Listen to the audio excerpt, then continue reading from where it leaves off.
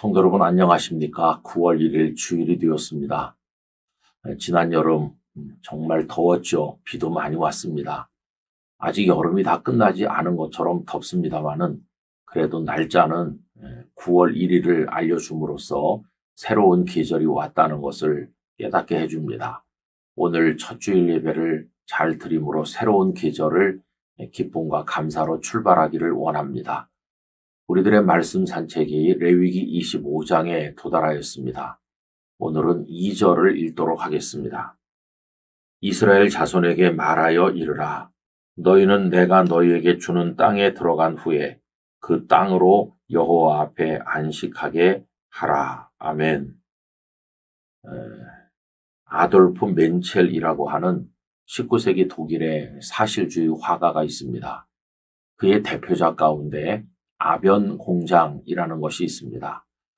쇳물이 튀고 뜨거운 열기가 확확 뿜어져 나오는 그 자리에서 노동자들이 열악한 환경에서 작업에 몰두하고 있는 그림이죠.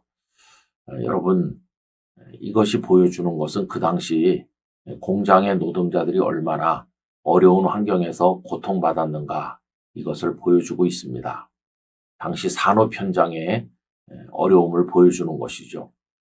여러분 1760년대로부터 영국에서는 소위 산업혁명이라고 하는 것이 일어났습니다. 문자 그대로 수천 년 동안 내려왔던 농경 중심의 방식이 바뀌는 문자 그대로 혁명 같은 변화가 오게 된 것입니다. 그 이전까지는 소규모로 농사도 짓고 또 양털도 만들어서 조금씩 모직물을 생산해내는 수공업에 의지해서 살던 시대였는데 이제는 대량으로 생산하는 사회가 도래하게 된 것이죠. 그래서 자본이 모이게 되고 또 기술이 발전하면서 그 기술은 기계를 만들게 했고 그래서 기계가 돌아가는 거대한 공장들이 생겨난 것입니다. 그래서 이 공장에서는 많은 양털을 필요로 하게 됐고 또 많은 목장이 필요했죠. 그래서 소규모 목장들을 거대 자본이 다 사들이게 되었습니다. 이러다 보니까 대량 생산에 의해서 저렴한 물건이 쏟아지니 수공업에 의해서 물건을 생산하던 그런 사람들은 살아갈 수가 없게 됐어요. 그래서 농토도 넘기고 또 목장도 넘기고 이제 그 대규모 공장에 가서 취직을 해야 되는 노동자로 전락하게 된 것입니다. 이런 사람들이 갑자기 도시로 몰려들다 보니까 이 도시는 사람들을 수용할 준비가 아직 제대로 되지 않았는데 집도 부족하게 되고 여러 가지 환경이 굉장히 열악하게 되었어요. 그러면서 어린 아이들까지 또 연약한 여성들까지 그 공장에 가서 하루에 15시간, 16시간 굉장히 시달리면서 고통받으며 일하지 않으면 생계를 유지할 수 없는 상황이 오게 된 것입니다. 그래서 공장의 그 노동자들이 기계의 부속품같이 전락하게 되는 그러면서 그 사회의 빈부격차가 극심해지는 상황이 오게 되었습니다. 이것은 과학의 발전이 가져온 그러면서 자본의 집중이 가져온 사회적 어려움이라고 할 수 있고 각 나라는 이런 어려움을 해결하기 위해서 나름대로 노력을 하고 있지만 전 세계 어느 나라도 완벽하게 풀지 못하는 숙제로 남아 있습니다. 자, 여러분, 사회에는 이러다 보니까 부자가 있고 가난한 사람이 있고 또 많이 배운 사람도 있고 배우지 못한 사람도 있고 등등 여러 가지 사회적 문제들을 이제 표출하게 된 것이죠. 근데 하나님께서는 레위기 25장에 아주 독특한 말씀, 다른 나라에서는 찾아볼 수 없는 말씀을 하고 계셔요. 그것은 뭐냐 하면은 안식이라고 하는 것입니다. 그래서 6년 동안 농사를 지었으면 7번째 해에는 그 땅을 놀리라는 것입니다. 땅에도 휴식을 줘라. 땅으로 하여금 안식하게 해라. 이게 안식년이죠. 또 안식년이 7번 지난 다음에 해는 50년째 되는 해는 희년이라고 해서 사람과 사람 사이의 모든 관계가 다시 50년 전으로 회복되는 그런 제도를 실시하도록 말씀하셨어요.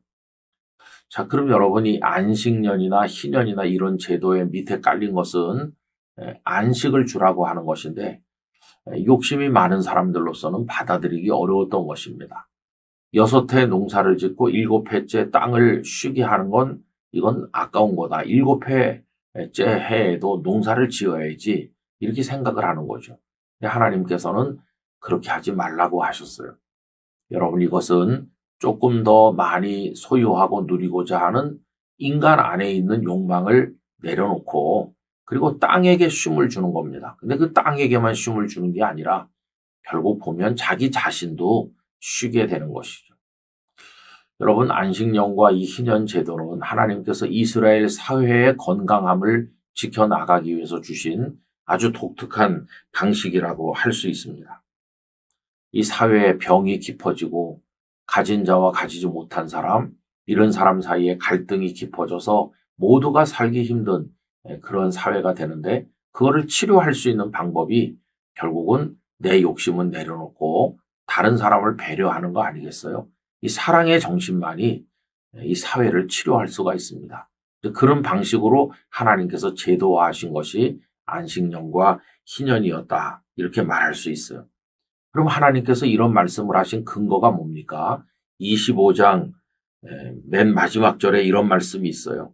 이스라엘 자손은 나의 종들이 됨이라. 그들은 내가 애굽 땅에서 인도하여 낸 내 종이요 나는 너희의 하나님 여호와이니라.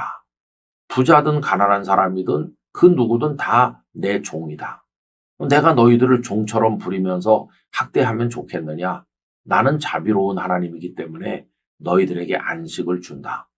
그런데 내 종인 너희들끼리 소위 종들의 싸움을 싸워서 어떤 종이 다른 종을 학대하듯이 그렇게 해선 되겠느냐. 너희는 부자든 지식인이든 누구든 다 내 종이고 가난하고 어려운 사람도 다 내 종이다. 나는 자비로운 하나님이다. 나는 너희들이 안식하면서 모두가 다 행복하기를 원한다. 그러니 너희 사회에서는 안식년과 희년을 지켜라. 이렇게 하나님께서 말씀을 하신 것입니다. 여러분, 안식 안으로 들어갈 수 있는 마음의 여유를 가지길 원합니다. 결국 남을 쉬게 하는 건 내가 쉬는 것이고 땅을 쉬게 하는 건 모두가 공존하는 것입니다.